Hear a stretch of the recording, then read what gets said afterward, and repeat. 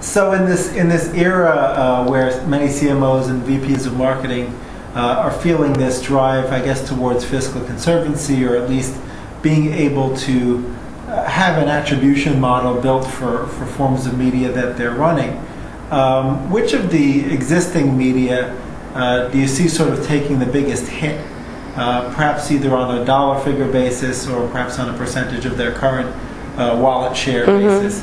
What I guess what we call traditional media.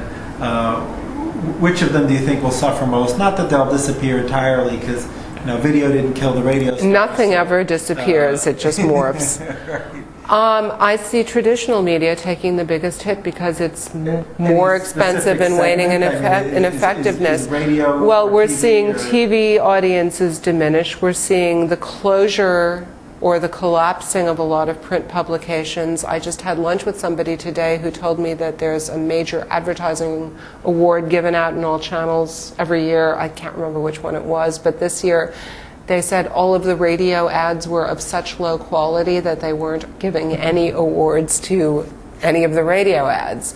That speaks not at all to any problems that radio is having as a channel, but to the creativity and the innovation in creating ads for that channel. So it's a self-fulfilling prophecy, perhaps.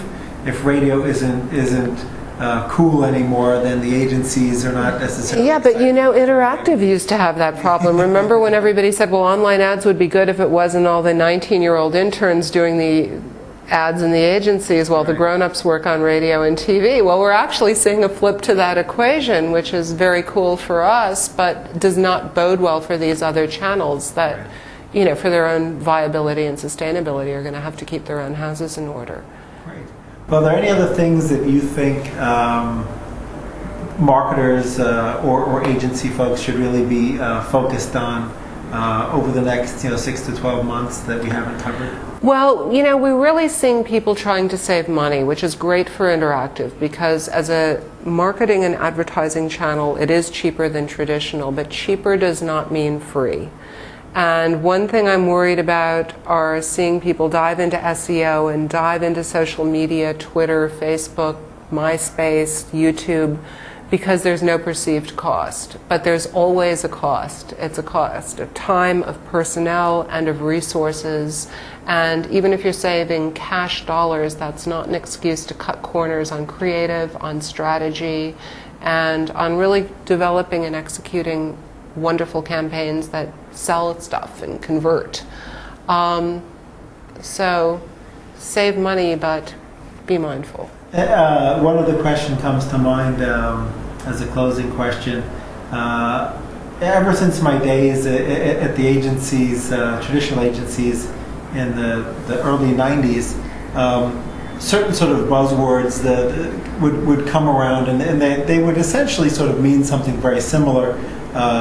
It might be integrated marketing or holistic marketing, or the convergence of media, where now you're taking all the media into account, and now people are trying to do attribution reporting or media mix modeling.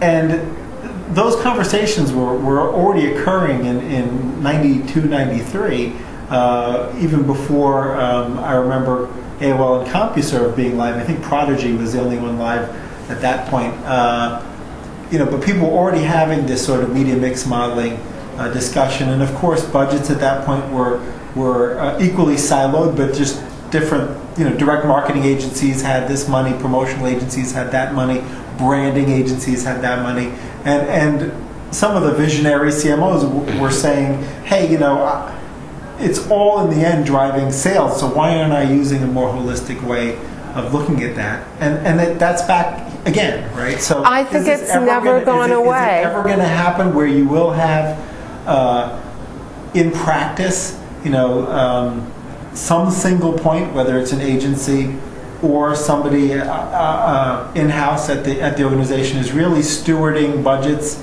in a channel agnostic kind of a way, and really looking at the fact that branding ads are actually driving direct response, and direct response campaigns may actually be lifting branding, and not just siloing everything. Well, it gets into chicken and egg, doesn't it? None of those questions have answers that have so much clarity that people have final answers. And I think the matter's even getting more confused right now.